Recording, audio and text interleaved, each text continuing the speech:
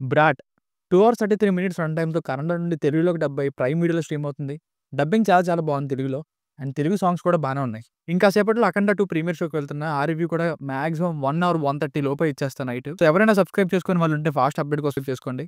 ఇక ఈ 'brought' movie cinema చూసిన తర్వాత నాకైతే చాలా రోజులకి కన్నడ నుండి ఓటీటీలో వచ్చిన ఒక సినిమా పర్లేదు ఒకసారి చూడొచ్చని ఫీల్ అయితే కలిగింది. సినిమా మొత్తంలో హీరోకి అన్నీ ఈజీగా జరిగిపోవడం అనే ఒక్క సినిమాటిక్ లిబర్టీని కన్విన్స్ అయితే, లేదా పర్లేదనుకుంటే సినిమా వన్ టైమ్ వాచబుల్ అనే ఫీలింగ్ అయితే మీకు కలుగుతుంది. టైమ్ పాస్‌కి అలా చూసేయొచ్చు. ఇంకా ఇన్ డెప్త్ రివ్యూ చూద్దాం. ఇక ఫ్యామిలీతో చూడొచ్చా అంటే లాస్ట్‌లో ఒక ఐటెమ్ సాంగ్ ఉంది. అది కొంచెం ఎక్స్‌పోజింగ్ అనిపించింది అంతే. మిగతాదంతా చూడొచ్చు. ఇక బేసిక్ స్టోరీ లైన్ ఏంటంటే చదువు అబ్బక కష్టపడిన డబ్బులు సంపాదించలేకపోయిన హీరో క్రికెట్ బెట్టింగ్ వైపు అడుగులేస్తాడు. అప్పుడే ఏం జరిగింది? అది ఎన్ని సమస్యలు తెచ్చింది? చివరికి డబ్బున్నోడు అయ్యాడా లేదా అన్నది story. Plus points. First half starting నుండి ప్రొసీడింగ్స్ బాగున్నాయి.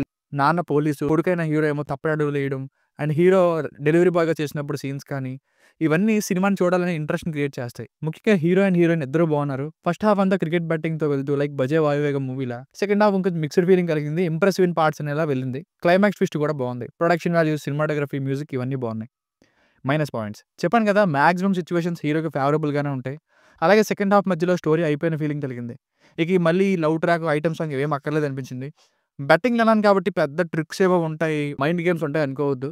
ఒక క్లైమాక్స్ తప్ప మిగతా సినిమా అంతా కూడా జస్ట్ హీరో గెస్ చేస్తే అవి కరెక్ట్ అయిపోతూ ఉంటాయి అంతే. సో ఫైనల్‌గా మూవీకి వర్డిక్ట్ ఏంటంటే బెట్టింగ్ చుట్టూ తిరిగే సినిమా కొంతవరకు. కొన్ని మంచి సీన్స్ అయితే ఉన్నాయి ఓవరాల్ మూవీలో. అలా టైమ్ పాస్‌కి ఒకసారి చూసేయొచ్చు. One time watchable film. దీనికి రేటింగ్ వచ్చేసి ఇది నా ఒపీనియన్ బిట్వీన్ 2.75, 3 మధ్యలో ఇవ్వచ్చు. మీకు కనుక నా వర్క్ నచ్చినట్లయితే ఇలాంటి మరిన్ని రివ్యూస్ కోసం మన ఛానెల్‌ని సబ్స్క్రైబ్ చేసుకోండి. Thank you.